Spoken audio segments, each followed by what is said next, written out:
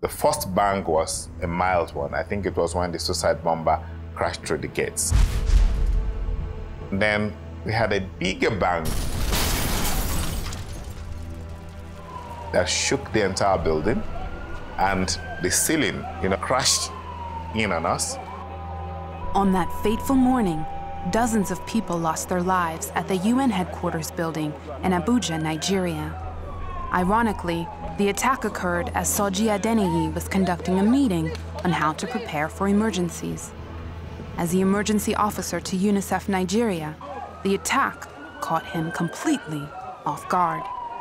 Being in a bomb blast was one of the last things we expected as even the United Nations in the country, because we were supposed to be the peacemakers. We were supposed to be the ones that should actually be helping the nation in the event of situations like that. But when we came under attack, it was very surprising because it wasn't something that we anticipated. And for me as a person, because of the nature of my job, as someone who's been training other people to prepare, to be ready to preposition things that they're going to need to respond, to work together as a team during response, that challenge was there.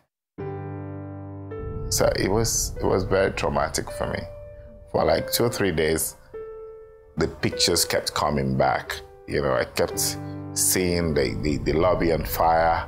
I kept seeing, me walking around the rooms and hoping that, the people they were looking for were actually somewhere in one of the rooms, unable to get out rather than dead. Despite the trauma, Mr. Adeniyi knows it was the providence of God that kept him alive that day.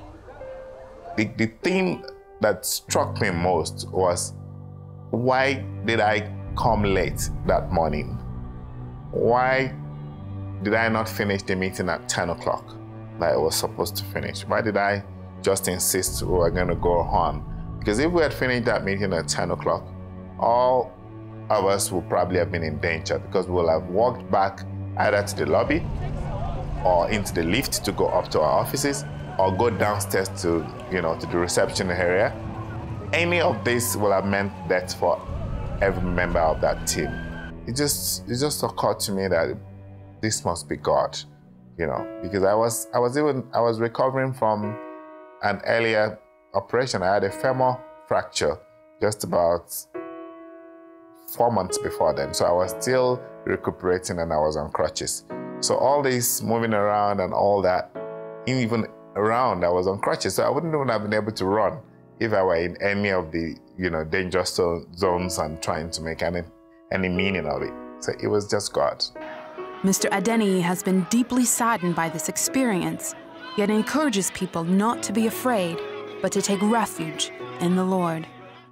There's no amount of precautions that we can substitute for the secret place of the Lord. No matter how much we try to protect ourselves, put dogs, put guards, don't go to the wrong places at the wrong time or the right places at the wrong time. The safety that we carry should be inside of us, knowing that we are safe in the Lord. Every other external safety can only lead to further chaos. It's not of the watchman, except the Lord keeps the city. The watchman labors in vain. That's very true. We all need to walk towards knowing the fact that even if Jesus tarries and terrorists strike, we will still face judgment someday. So if we can get our hearts together, if we can begin to see the challenges of the world as mere challenges, if we can begin to do the things that matters to God and store our treasures in heaven, we probably will do better for ourselves.